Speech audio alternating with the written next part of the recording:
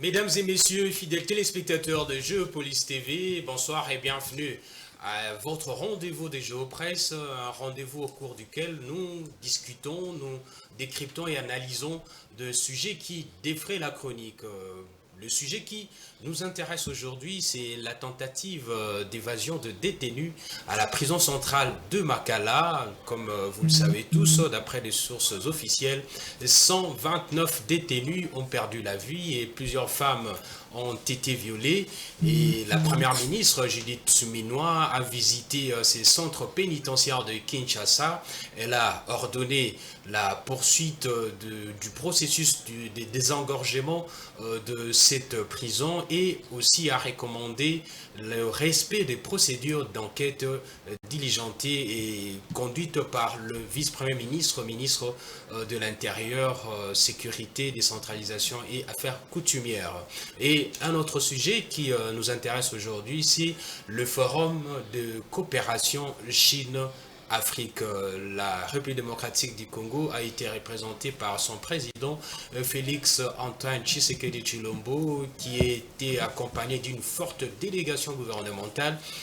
Plusieurs contrats ont été signés pour renforcer le cadre de partenariat entre la RDC et la République populaire de Chine. Voilà donc le sujet qui fera l'objet de 45 minutes. Je ne sais pas si la régie va nous ajouter encore 15 minutes pour faire 60 minutes, une heure de temps. Mais ce sont là les sujets qui vont faire l'objet de cette émission. Je ne suis pas seul pour aborder ces sujets. J'ai sur ces plateaux des journalistes que vous connaissez bien. J'ai à ma droite Fiston Leko, journaliste spécialisé de questions politiques ici à Géopolis Forum, à qui j'ai dit bonsoir. Bonsoir Jojo Moulamba, bonsoir à tous nos téléspectateurs qui nous suivent. Merci d'être là, Fiston Leko, et à ma gauche, donc à votre droite, il s'agit bien de Don Momat. Don Momat, il est également un journaliste spécialisé de questions politiques et aussi de tout ce qui est lié au fonctionnement ou à la gestion de l'État, ici à Géopolis Forum. Bonsoir Don. Bonsoir Jojo, bonsoir à Fiston Leko et également à tous ceux qui nous suivent en ces moments. Voilà, merci de votre présence sur ces plateaux. Comme je l'ai dit, on va décrypter les deux sujets qui défraient la chronique. Mais avant de commencer, lisons quelques journaux parus ce vendredi 8 septembre 2024.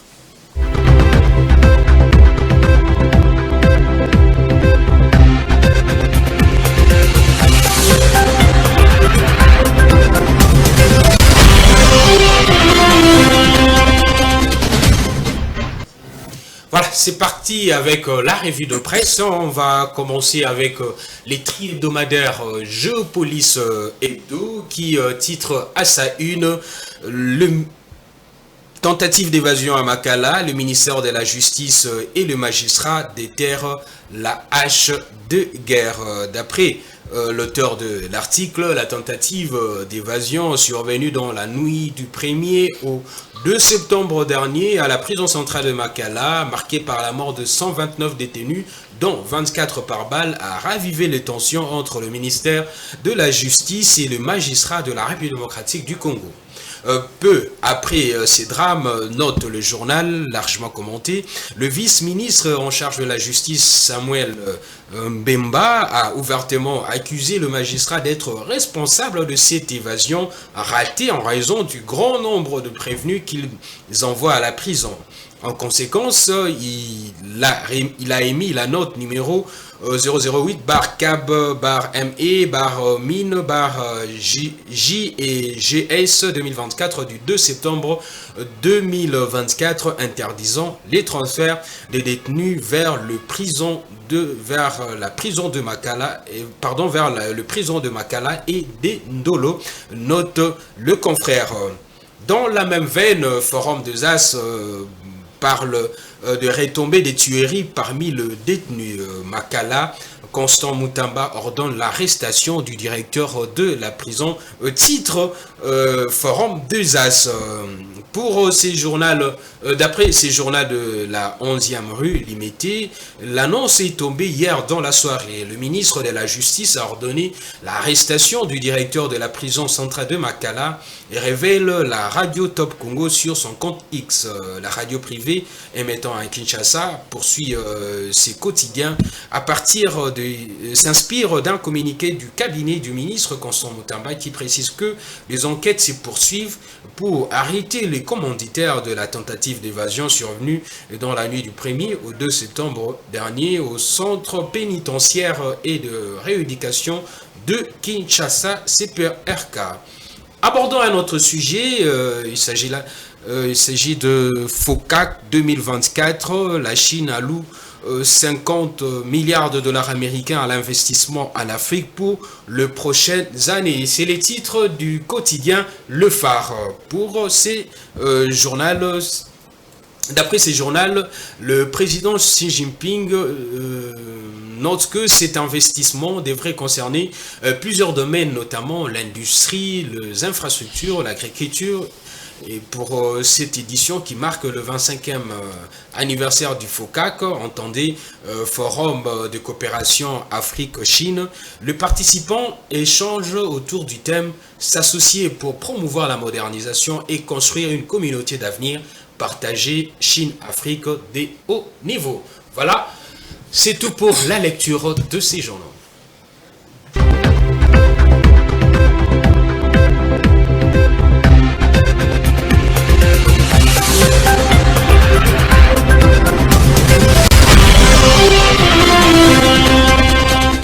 Voilà, on va rentrer dans le vif du sujet. On commence avec les dossiers qui brûlent, les dossiers qui font couler beaucoup de l'eau sous les ponts. Il s'agit bien de la tentative d'évasion à Makala. 129 détenus ont perdu la vie. C'est un drame.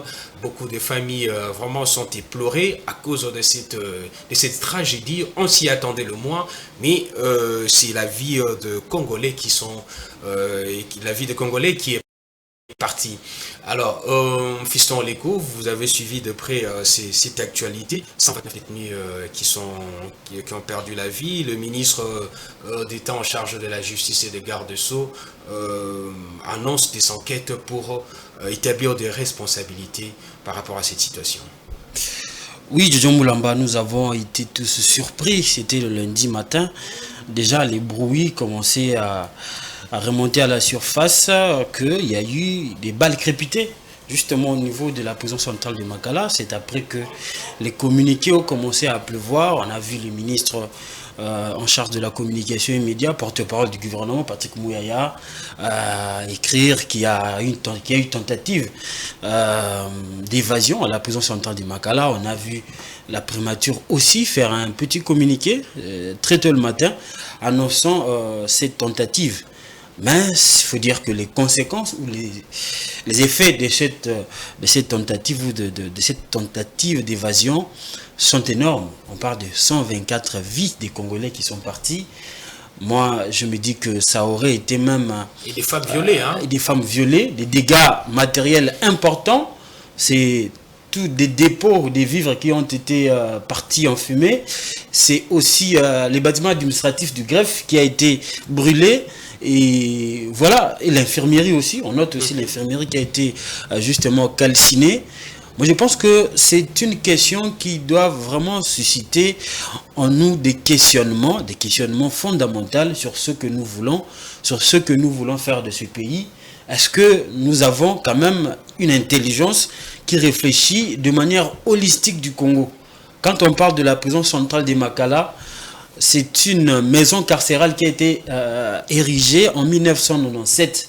Les magistrats... 57. Les magistrats l'ont rappelé dans leurs documents lorsqu'ils répondaient. Depuis que ça existe. Depuis que ça existe. Donc vous voyez un peu. Et puis à cette époque, la population à Kinshasa était autour de 250 000 âmes seulement.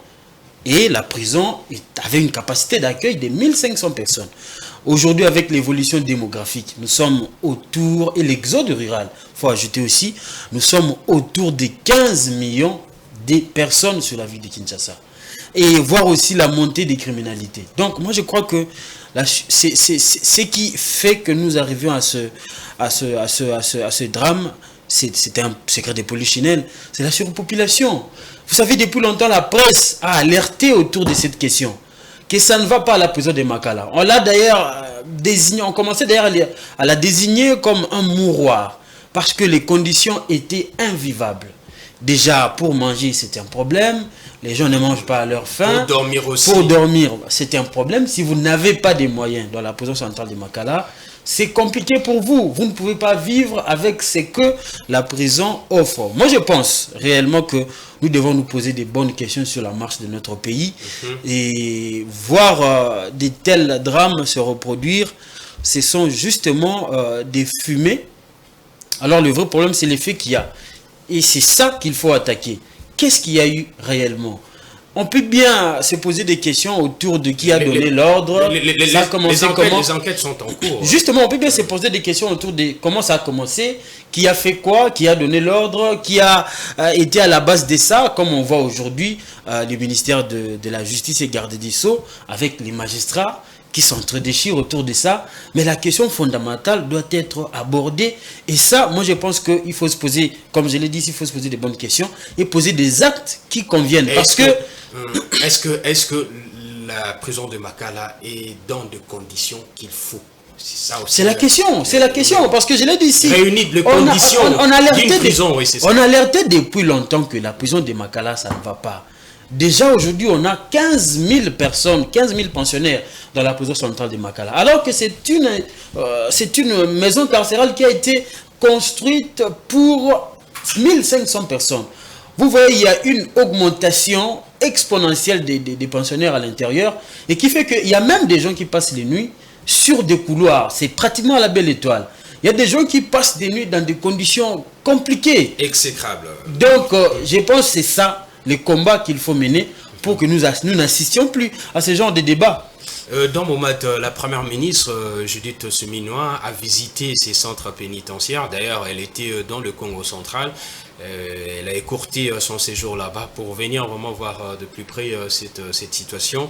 Et au terme de sa visite, elle a ordonné la poursuite du processus de désengorgement de cette prison. Voilà, si on peut dire que c'est déjà une bonne nouvelle qui répond aux attentes de la population, puisqu'il faut vraiment désengorger la prison et pour qu'elle arrive à contenir les nombres qu'il faut. Début en blanc, M. Jojo, laissez-moi m'incliner devant la mémoire de ces 159 victimes, 129 plutôt personnes qui sont mortes. La vie humaine, on le sait, on le dit, elle est sacrée. Et devant un tel drame, quoi de plus normal que de commencer d'abord par nous incliner devant la mémoire de ces hommes-là. C'est que beaucoup n'ont pas fait, y compris les autorités qui nous dirigent, ce qui est fort dommage, puisque tout à l'heure, Fiston l'a dit, la prison n'est pas un mouroir. Généralement, les maisons carcérales portent le nom, entre autres, de rééducation. On va en prison pour être rééduqué et réinséré dans la société et non pas pour aller mourir. Donc ce n'est pas normal que 129 personnes soient mortes et on n'en dit presque pas grand-chose. On est avant tout et après tout dans les accusations. C'est la première des choses que je voulais relever. Pour répondre à votre question, il s'agit là d'une mesure temporaire qui en réalité ne va absolument pas résoudre le vrai problème. Le ministre de la Justice lui-même s'en plaint. Il dit, depuis que je suis là, j'ai initié des actions pour amener le nombre de gens qui sont incarcérés pour diminuer ce nombre-là. Et malheureusement, j'ai l'impression que ça ne marche pas. effectivement, ça ne peut pas marcher. C'est impossible que ça marche. Pourquoi ça ne peut pas marcher? Pourquoi... Fiston l'a évoqué tout à l'heure. Nous sommes 18 millions d'habitants, près de 18 millions d'habitants ici à Kinshasa, où le phénomène Kuluna bat le plein. Peut-être que les dirigeants habitent ma campagne, habitent la Gombe, mais allez à Kisenso. Allez non loin de vous, quitter l'imité industriel, allez vers Kingabwa. Kimbanseke. Foncez un peu vers Matete, Njili. Il y a de milliers de Kuluna. Récemment, vous avez entendu parler des enlèvements à tout bout de champ et des arrestations qui s'en ont suivi. Il y a beaucoup de atrocités qui se font dans la ville.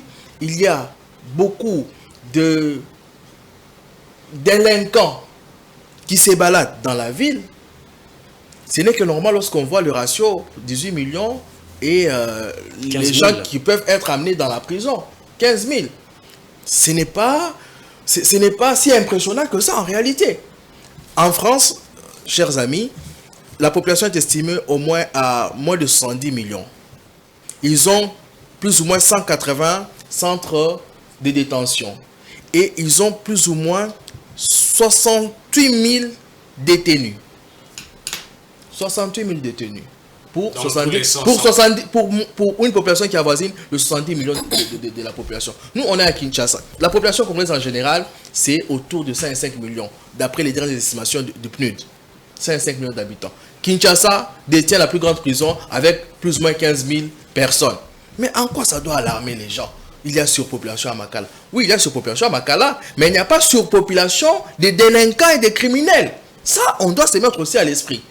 C'est comme ça que l'une des solutions, c'est la construction des prisons. Il faut en construire d'autres. Tous les gouvernements qui sont passés, ils ont évoqué la question d'infrastructures. Malheureusement, ils ont oublié d'insérer dans ces infrastructures-là la prison.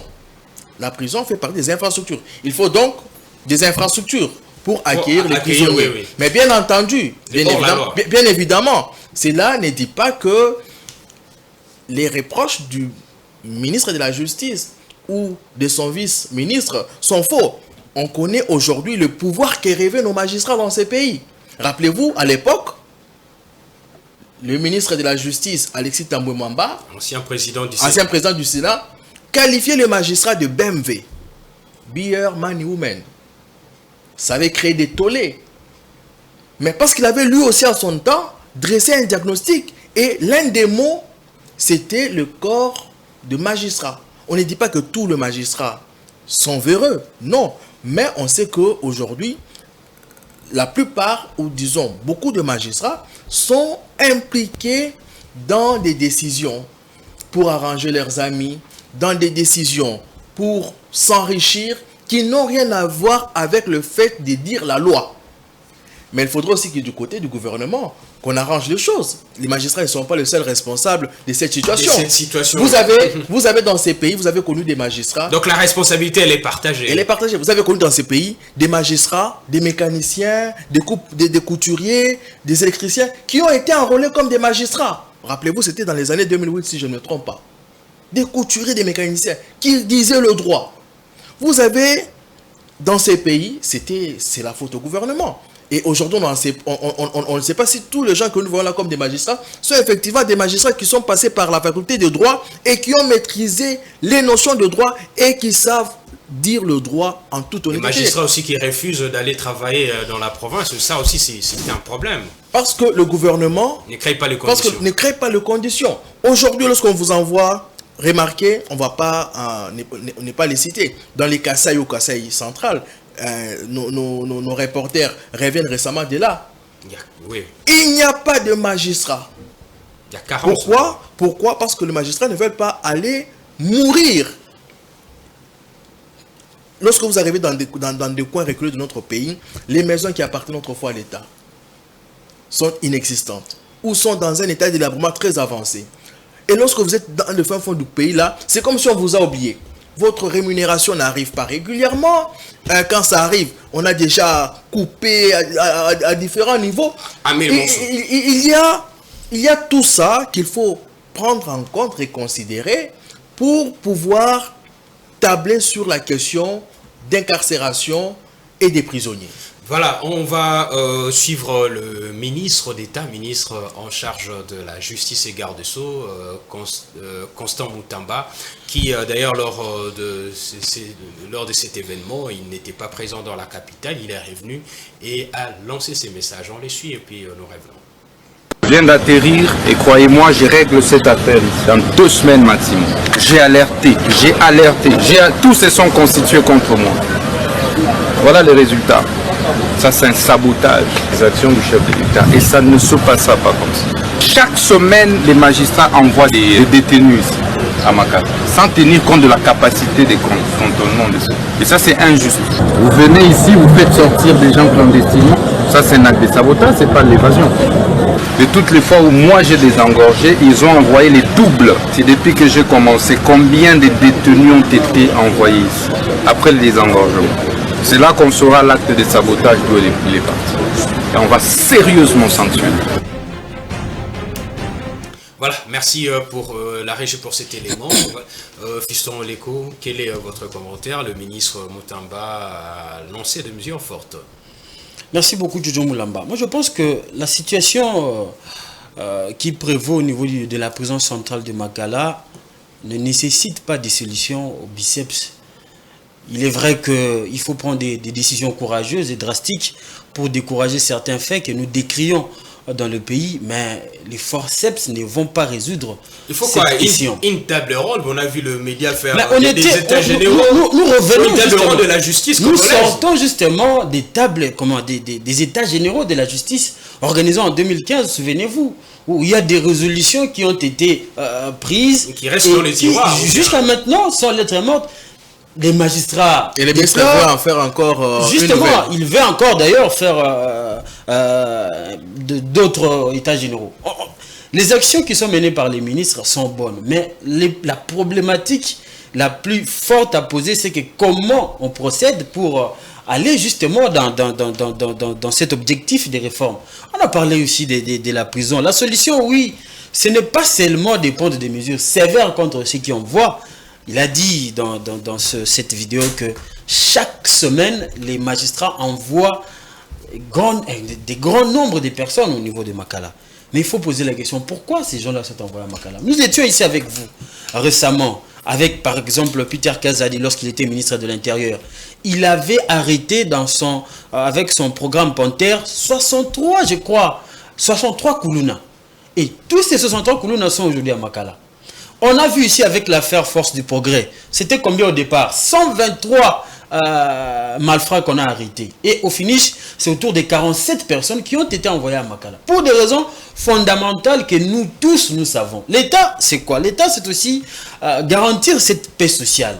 Épargner, dont Mohamed l'a dit ici, épargner des bébris galeuses.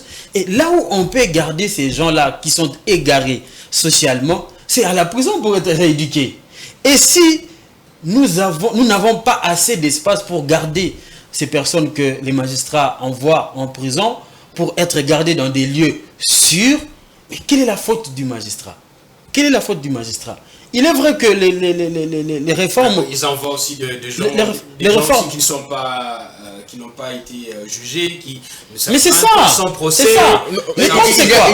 Il faut faire une différence. Et ça, le ministre de la Justice devrait le savoir. Oui, lorsque le magistrat estime que une personne est dangereuse, il y a des indices sérieux de culpabilité qui pèsent sur lui. Avant même son jugement, on les garde. On peut les garder. Remarquez même ce qui se passe aujourd'hui en France avec le propriétaire des télégrammes.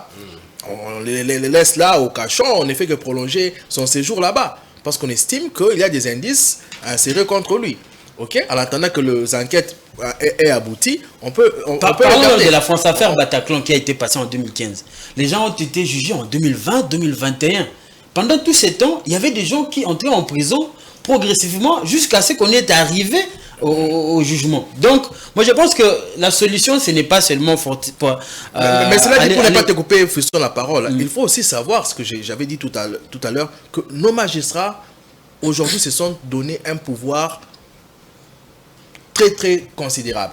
Par le fait qu'ils peuvent même lorsqu'ils savent qu'il n'y a pas d'indice sérieux qui pèse contre vous, tout simplement parce que ils ont été payés par X ou Y, certains magistrats, ils vont vous coffrer inutilement. Le temps que vous puissiez payer ou le temps qu'ils vous fassent, puisqu'aujourd'hui avec les trafics d'influence, il y a des gens qui peuvent vous faire arrêter, et ça se passe avec un arrangement de certains magistrats véreux. Et ça, c'est là que, d'une part, l'opinion est d'accord avec le ministre de la Justice. Mais après, il ne faut pas... Non, moi je suis contre le fait qu'on jette toute la responsabilité aux magistrats. C'est surtout dans les cas de la surpopulation. Non, on ne peut pas jeter toute la responsabilité aux magistrats parce que nous savons que non, la criminalité au Congo, vous l'avez d'ailleurs étayé sur ce point-là, que la criminalité au Congo n'est plus quelque chose à démontrer. J'ai parlé ici en quelques temps seulement. Nous vivons dans tous nos quartiers, à tout bout de champ, nous vivons avec des gens qui sont compliqués. Vous savez, il y a Kinshasa, il y a même des gens qui, quand vous voyez seulement son visage comme ça peut faire déjà même l'objet d'un procès ou d'une enquête. Mais oui, c'est ça la grande question. Oui, il est vrai que les magistrats sont, bien évidemment, il y a certains magistrats, on ne va pas quand même généraliser, qui sont dans des affaires un peu nébuleuses. Mais c'est une remarque aussi, le magistrat debout, ils attendent qu'on vienne le contacter. Pourtant, ils peuvent aussi eux-mêmes descendre sur le terrain, mener... Mais avec quel moyen? C'est ça aussi le problème. Avec quel moyen? Nous avons d'ailleurs des sous-siates qui n'ont pas d'armes. On vous dit, vous venez pour chercher un policier. On vous dit, bon, on ne peut pas aller là-bas parce que nous n'avons qu'une seule arme ici dans notre société. Ce sont des problèmes réels qui se posent dans notre société. Là, c'est l'État qui doit résoudre ça. Mais justement, même au niveau du contrôle, les pouvoirs judiciaires, il faut contrôler quand même, il faut qu'il y ait quand même un mécanisme de contrôle des actions des magistrats. Comment est-ce que ça se passe? Au Congo, il y a une léthargie. C'est-à-dire qu'un laisser-aller... Qui ne dit pas son nom. Tout le monde fait ce qu'il veut, comme il veut. Moi, je ne sais pas où on va aller avec tout ça. Mais la solution, surtout pour ces cas d'espèce, il faut construire des prisons, mais aussi faire respecter la loi en créant, vous savez, il y a un cadre de concertation entre les ministères de la Justice et les conseils supérieurs de la magistrature qui fait que les pouvoirs judiciaires et les pouvoirs exécutifs se rencontrent pour parler des questions qui concernent et la politique, mais aussi des questions de la justice au Congo. Moi, je pense que de telles rencontres ne doivent pas être seulement pour régler des questions superficielles. Il faut régler aussi des questions de fond. Comment fonctionne l'administration de la justice au Congo? Quels sont les garde-fous qu'on met pour que les magistrats ne se voient pas rois quand il faut prendre une décision concernant les justiciables? Je crois qu'il faut imaginer, il faut mettre en place une intelligence pour voir tout ça et qu'on ne revienne pas dans ces... Le Congo a beaucoup de problèmes. Beaucoup de problèmes. Des problèmes d'infrastructure. Le Congo a problème qui reste encore sans réponse. Ces débats, moi je pense que ça nous fait vraiment rentrer en arrière. Dans Momat, qu'est-ce qu'il faut aujourd'hui? Puisque on a vu le président du Conseil supérieur de la magistrature rencontrer la première ministre et l'impression a été que la hache de guerre a été enterrée entre magistrats et pouvoir exécutif. Mais avec ce qui vient de se passer, avec les mesures annoncées par le ministre d'État Constant Moutamba et même l'accusation qui est aussi prononcée, la hache de guerre est déterrée. On ne sait plus où ça peut nous amener là. Oui, effectivement, on sent qu'il y a une véritable guerre entre le pouvoir exécutif au travers le ministère de la Justice et le pouvoir judiciaire avec le corps de magistrats. La guerre, elle est visible, elle n'a pas commencé aujourd'hui. Vous vous rappellerez qu'à un certain moment, le magistrat a qualifié le ministre d'être à la fois procureur et juge parce que il s'ingère, il fait des tribunaux populaires, il fait libérer les gens, et on le voit partout dans tout le procès et tout. Et le ministre, comme il était venu pour soigner une justice malade, comme médecin, selon son diagnostic, c'était que le magistrat était l'un des mots centraux de cette maladie et il fallait donc frapper fort. Et voilà, il y a cette guerre qui ne va pas s'arrêter, bien évidemment. Ici, ça va continuer. Mais ce qui est important dans tout ça, c'est qu'on doit s'abstenir de traiter des questions aussi profondes devant la télé, pour les réseaux sociaux. c'est important. Des questions aussi profondes comme celles qui sont soulevées par cette évasion sont des questions qui nécessitent une réflexion dans le silence et des mesures qui sont profondes, qui sont vraiment mûries. Et même lorsqu'elles sont fortes, on sent dans ces décisions qu'elles ont été mûries. Malheureusement, nous sommes qui a fait quoi, qui doit faire quoi. Une intelligence collective qui y a travaillé. Et pour les deux camps, il ne faudrait pas se considérer comme des chiens et des chats. Et c'est ça le mal au Congo. Souvent, parfois lorsqu'on s'estime réformateur, parfois on essaie de mettre les autres à l'écart. On considère tout le monde comme étant ses ennemis. Regardez ce qui s'est passé avec l'IGF et la Cour des comptes. Toutes les deux institutions ont une mission commune, dans le sens où elles sont là pour veiller à ce qu'il n'y ait pas de détournement, qu'il n'y ait pas de corruption. Mais à un certain moment, on voit ces deux institutions, on a semblé voir ces deux institutions-là s'entre-déchirer, s'affronter. Pourtant, elles devraient aller dans la même direction. Pour réformer la justice, excusez-moi, pour réformer la justice, le ministre de la Justice a besoin de magistrats. Les magistrats ont également besoin du ministère de la Justice. Maintenant, après, il faut trouver les bases sur lesquelles il faut travailler. Il faut trouver ce qu'on peut faire comme concession selon la loi et ce qu'on ne peut pas faire comme concession. Et ça doit être des actions réfléchies. On ne peut pas se donner, on doit, dans tous les deux cas, en tout cas, se priver les luxes de se donner un spectacle devant les caméras, pour les réseaux sociaux, pour les chaînes de télévision. On doit vraiment s'abstenir de ça. Il faut travailler profondément sur ces questions-là. Il faut faire comme les Chinois, hein, la philosophie de la transformation silencieuse. Lorsque la Chine s'est transformée, il n'y avait pas de publicité, il n'y avait pas de propagande. 30 ans, 40 ans après, on a vu le boom économique chinois. Et il n'y a pas eu de revendication d'héroïsme. Je pense que ça peut aussi aider le Congolais. Voilà, on va aborder notre deuxième sujet, forum de coopération Chine-Afrique. Près de 50 présidents africains ont représenté leur pays à ces forums. Et il faut souligner que ces forums permettent au continent africain et à l'empire du milieu, la Chine, de consolider la relation. La Chine est le premier pays partenaire de pays africains.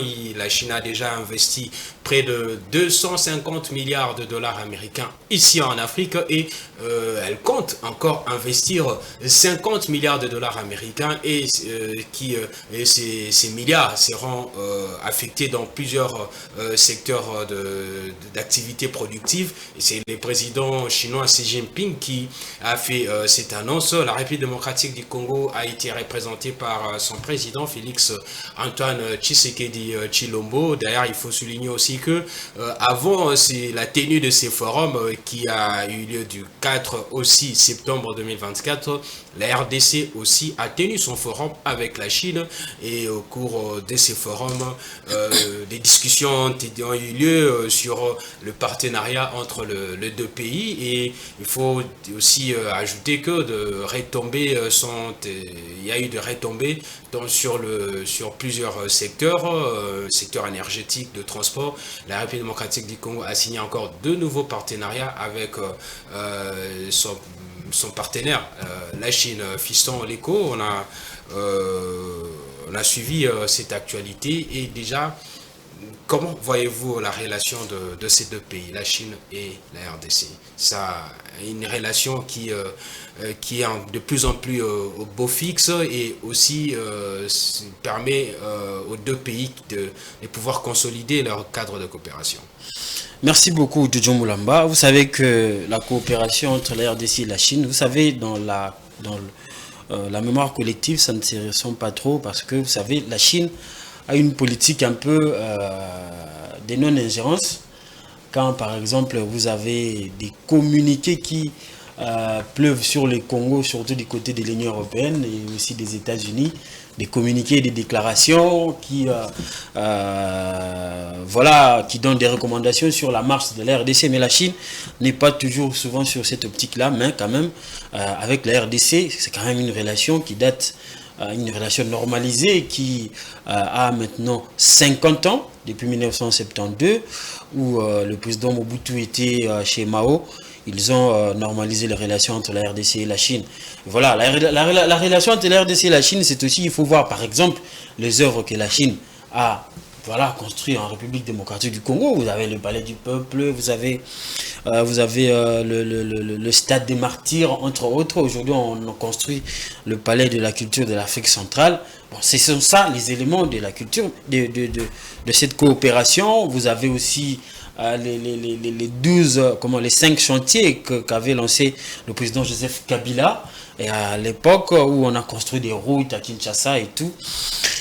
Mais il faut dire que la République démocratique du Congo ne doit pas toujours, ou l'Afrique tout entière ne doit pas toujours se laisser sous tutelle. Aujourd'hui, vous étiez dans un sommet Chine-Afrique, d'hier vous étiez en Russie, Afrique, et avant-hier vous étiez chez Joe Biden là-bas, États-Unis, Afrique, et voilà, c'est quand même une propension à éviter pour l'Afrique, parce que l'Afrique doit aussi se définir, doit aussi changer le rapport de force en ayant ses propres milliardaires, en s'industrialisant, ayant aussi un mot économiquement au niveau mondial. Bon, revenons à la RDC.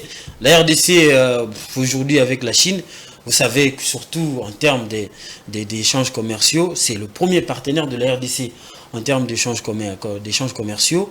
Et malheureusement, la RDC, ce qu'elle donne, ce n'est que des matières premières, des ressources naturelles. Alors que la Chine fait entrer en RDC tout ce que, par exemple, nous sommes en train de se vêtir, tout ce que nous portons, même des ustensiles de maison, même des aiguilles, tout vient de la Chine pratiquement. Moi, je pense que c'est ça. Et le pays dépense beaucoup d'argent, des milliards de dollars, les devises qui partent chaque année comme ça. Moi, je pense que c'est ça les combats de la RDC. Quand on parle, bien évidemment, des raffermissements, des coopérations avec des grandes puissances économiques, nous devons aussi penser à ce que nous tirons comme bénéfice. Nos minéraux, oui, mais ce que nous en faisons, c'est que nous leur donnons nos minéraux pour en retour recevoir des redevances, et ça n'aide pas la RDC depuis longtemps. D'ailleurs, depuis 2000 que nous avons ouvert le secteur au privé, ça n'aide pas la RDC à évoluer. Il faut changer quand même la donne, favoriser pour qu'il y ait des milliardaires congolais, favoriser bien évidemment un climat des affaires qui y sont propices. On parlait un climat des affaires qui est propice. On parlait récemment ici des magistrats qui n'aident pas aussi les climats des affaires en République démocratique du Congo, des condamnations qui ne favorisent pas vraiment, qui ne mettent pas à l'aise, bien évidemment, les investisseurs. Nous avons aussi la question sécuritaire, nous avons la question des infrastructures, parce qu'on peut bien produire, par exemple, la boisson ici à Kinshasa, mais si on veut couvrir toute l'étendue de la République démocratique du Congo, cela demanderait qu'il y ait des infrastructures routières, aéroportuaires, même voire des fleuves ou des voies maritimes balisées. C'est ça les combats de la RDC. Il est vrai que nous devons coopérer, mais il est aussi vrai que nous devons travailler en interne pour que nous arrivions à changer ce rapport de force, pour que nous arrivions aussi à avoir un mot à dire. Vous savez, le président chinois a promis à l'Afrique 50 milliards de dollars américains pour les 3 prochaines années. Il a promis aussi de divertir sa relation ou bien ses domaines de coopération avec l'Afrique. J'ai vu cette fois-ci, il est allé même jusqu'au domaine de l'armée. On va voir ça, c'est domaine de défense. 14 milliards sur les 50 milliards sont réservés à l'armée. À l'armée, à l'aide justement. À l'assistance militaire. Justement. 33 pays, hein. Pour 33 pays qui commercent, qui a vraiment des relations diplomatiques poussées avec la Chine. Mais je pense que la RDC est là parce que nous avons quand même, à un moment donné, nous étions d'ailleurs premier pays africain à commercer avec la Chine. Et voilà, donc les grandes questions, c'est ce que nous donnons. Parce que ici, nous ne transformons absolument rien. Nous devons arriver à transformer. La Chine a besoin, par exemple, des cacao. La Chine a besoin fortement, même du piment. Et voilà, nous sommes incapables d'offrir aux Chinois. Nous, c'est seulement notre cuivre. Hein. C'est nous, c'est seulement notre cuivre, notre cobalt. C'est fort regrettable, mais comme ça fait de la Chine première puissance aussi. Justement, parce qu'il faut savoir que la Chine est en guerre contre d'autres puissances du monde. Et chemin faisant, il est en train il est en train de gagner du terrain en Afrique. Et moi, je pense que c'est l'occasion aux Africains de pouvoir essayer aussi de gagner, de tirer profit de tout ça. J'ai parlé ici de domaine de défense. Le domaine de défense, on va voir ce que ça va donner, mais la RDC a fortement, souvent, surtout besoin de l'aide.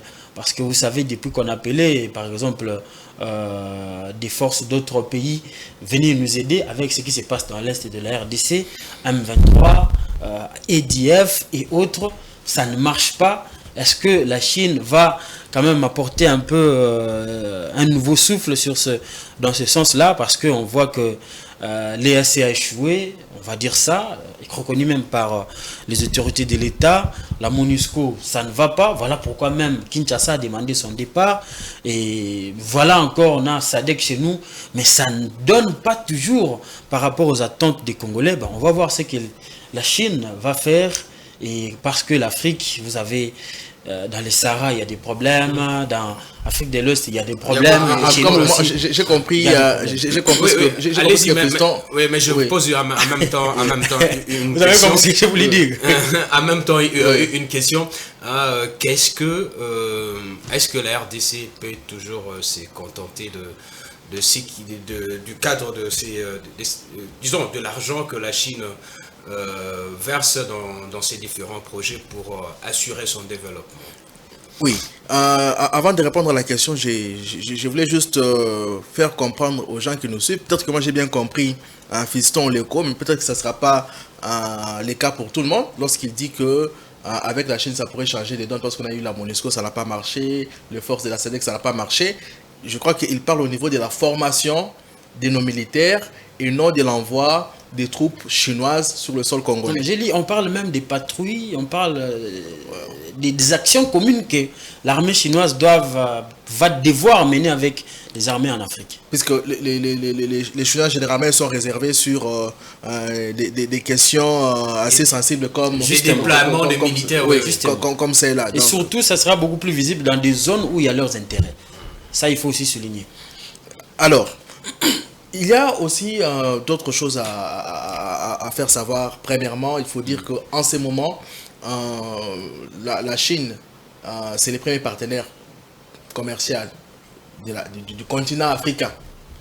Mais l'économie chinoise est en ce moment en difficulté. Depuis le passage de la Covid, la Chine s'en est vraiment pas remise. Et l'ère où le Chinois venant en Afrique avec des milliards et des milliards de dollars dans leur valise est un tout petit peu révolu. Et vous voyez que même en termes d'investissement, il y a une certaine réserve qu'affiche maintenant la Chine. Même si les États-Unis commencent à reprendre du terrain en Afrique, la Chine ne veut pas pousser pour ne pas perdre l'accès privilégié qu'elle avait il y a quelques temps aux ressources naturelles, aux vastes ressources naturelles de nombreux pays africains. Et donc, il faut avoir cette donne-là à l'esprit et aussi dire en un mot ce que Fiston disait tout à l'heure.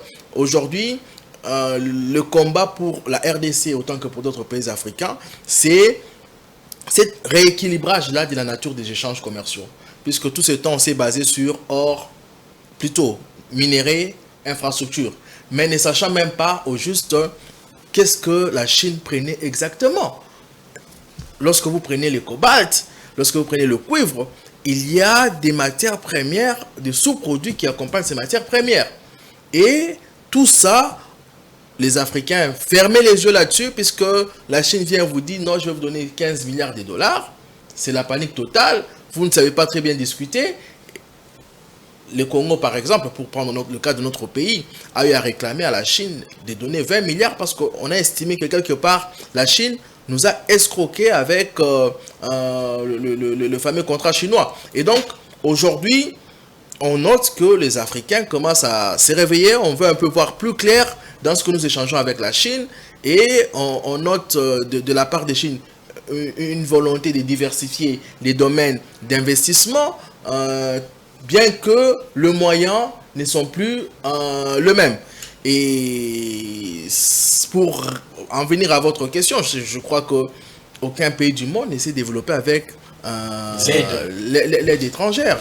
Ça n'a jamais existé. Lorsque vous parlez de la Chine, tout à l'heure vous évoquez le cas de la Chine, une transformation qui s'est faite dans les silences, et le monde a été surpris de voir la Chine au niveau où elle est aujourd'hui. Ça n'a pas été fait avec l'aide des Japonais, encore moins avec l'aide des Américains. Ce sont des ressources internes, de l'intelligence collective interne qui ont conduit à ces développements. Aujourd'hui d'ailleurs, l'on reproche à la Chine avec cette facilité qu'il y avait dans le prêt auprès des pays africains. Aujourd'hui, les pays africains se retrouvent davantage endettés. Alors, lorsque vous prenez par exemple le cas du Kenya, aujourd'hui elle doit rembourser au moins 8 milliards de dollars américains à la Chine. Et leur président faisait un peu des manœuvres pour qu'au moins on puisse alléger cette dette-là. Cette dette-là, qu'on enlève au moins même 1 milliard. Et donc, un pays pour se développer s'appuie d'abord sur l'intelligence collective. Puisque rappelez-vous, l'on a toujours dit, et on ne le dira jamais assez, la première richesse d'un pays, c'est l'homme. C'est l'homme congolais. Et lorsque nous mettons nos intelligences ensemble, si nous décidons de mettre nos intelligences ensemble, comme on l'a dit tout à l'heure ici pour les ministères de la Justice et le corps des magistrats, plutôt que d'être dans une guerre, chacun replié dans son coin, si nous mettons nos intelligences ensemble, avec dans un sursaut de patriotisme et de nationalisme, ce n'est qu'en ces moments-là qu'on trouvera des réponses définitives à nos problèmes de développement. Ce n'est qu'en ces moments-là on peut espérer pouvoir engager notre pays sur la voie du développement irréversible. Voilà, on tend déjà vers la fin de cette émission. Vous avez, je crois que c'était vous, Momat, vous avez demandé un mot aussi par rapport à ce qui se passe à l'UDPS. Les deux camps qui s'affrontaient sont finalement décidés d'enterrer la hache de guerre. Et sous la houlette ou la houlette de... sous les bons offices de Maman Marthe. De Maman Marthe, la mère du président de la République, Tshisekedi. Elle est d'ailleurs aussi, elle, membre du parti UDPS. Quelle est l'impression que vous avez de voir aujourd'hui les camps du président de la République prôner la paix au sein de ces partis? C'est une bonne chose, mais il faut dire que la hache de guerre n'a pas là non plus été totalement enterrée. Puisque les gens se sont mis d'accord pour dire attendons que le chef rentre pour que nous puissions continuer la discussion. Mais sinon, le problème, il est là. Et malheureusement, ça fait 7 mois, à peu près 7 mois, qu'il y a, là encore on va parler des guerres, il y a des dissensions au niveau de l'UDPS. L'UDPS qui est le parti au pouvoir. L'UDPS qui contrôle aujourd'hui la quasi-totalité de la RDC. Et c'est fort dommage, quand même, pour certains analystes, lorsque le président se limite à dire que c'est un jeu démocratique à l'interne, et avoir l'allure que cela prenait, c'est quand même dommage qu'il se soit arrêté jusque-là à ne dire que ça. Le gens, on a parlé tout à l'heure des investisseurs, on a parlé tout à l'heure du forum, on est allé chercher de l'argent. Mais comment pensez-vous attirer des investisseurs lorsque vous avez le parti présidentiel, le parti majoritaire dans toutes les assemblées, à l'Assemblée nationale, les assemblées provinciales, le parti majoritaire est en dissension, et de quel parti on craint de troubles entre militants qui peuvent déboucher on ne sait sur quoi. Ça doit nous faire réfléchir. Ça doit nous faire réfléchir. Mais on peut être aujourd'hui, on peut considérer aujourd'hui que ils ont finalement compris, ils ont pris conscience qu'il faut mettre derrière eux cette dissension. On ne sait pas, ça n'aide pas le pays à avancer non plus, le président. On ne sait pas, ça sera pour combien de temps, puisque vous avez vu la rage qu'il y avait dans les deux camps par rapport à ces problèmes. On a vu comment ils s'en sont, il y a eu des invectives ça et là, comment il y a eu des mots durs prononcés par les uns et les autres.